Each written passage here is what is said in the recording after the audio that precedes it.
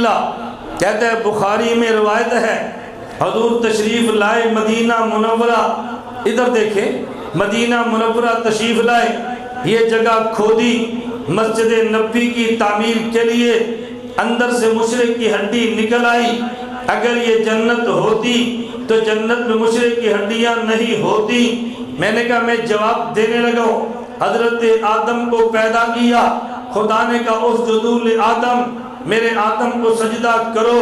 میں نے کہا سب نے کیا الا ابلیسا, ابلیس نے نہیں کیا, ابا انکار کیا, بس تکبر کیا, وکان من الکافرین, وہ کافر ہو گیا.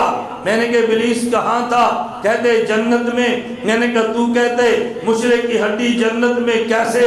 مجھے بتا ابلیس جیسا کافر جنت میں کیسے ہوگا؟ یہ قرآن آگے بڑھے. میں نے کہا دکھاؤ. کہتے قرآن میں اخرج خدا نے نکال دیا. میں نے کہا بخاری آگے بڑھے, اس میں نبشت ان کی ہڈیوں کو نکال دیا.